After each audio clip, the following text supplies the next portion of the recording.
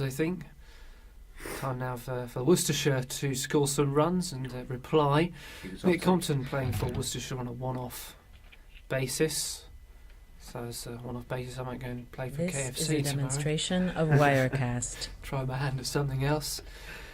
What else is happening? KFC have a team. No, well they deliver a service. I don't know if it's any good. I wouldn't set much store by it myself. Dan's dressed in KFC gear, red there. The camera's not turning in. That was rather. Okay, that was all right.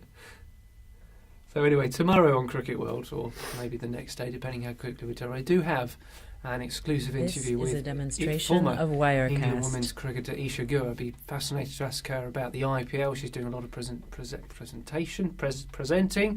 better suited to the job than me, obviously. Get her thoughts on that and everything else that's happening around the IPL at the moment. All a bit of a mess. Women's cricket, of course, we've got the Women's Ashes coming up. That's been reformatted this season.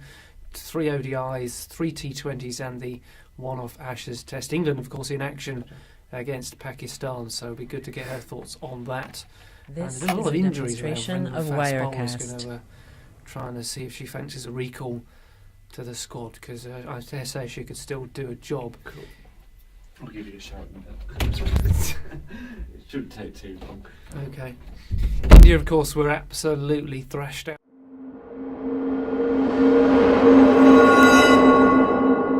Coming back from, from Sri Lanka, so it was in the air somewhere.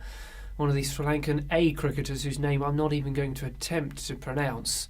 Quite a lot of syllables, quite a lot of consonants. Of Wirecast. He had a little bit too much to drink in it on his British Airways flight back to the UK, and needed to go to the toilet, as you do if you've drunk a lot, whether it be alcoholic or not.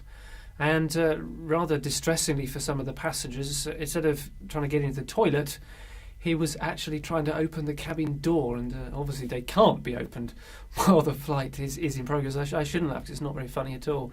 But he's obviously he was helped away to the right place, and no doubt feels rather embarrassed about his behaviour. Let's see if Sri Lanka cricket are going to take any action on that. But on the field, actually Sri Lanka didn't have too bad a tour of the West Indies. Their senior team is doing much better, thrashing India by 161 runs yesterday.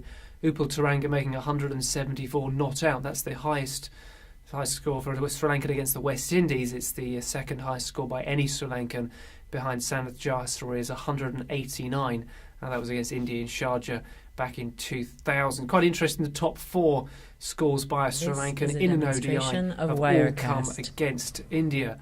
They do play an awful lot of cricket against each other.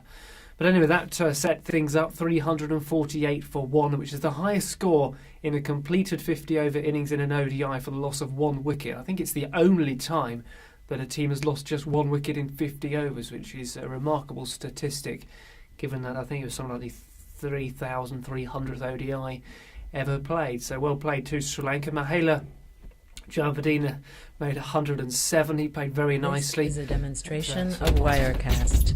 Well done. It looks fantastic.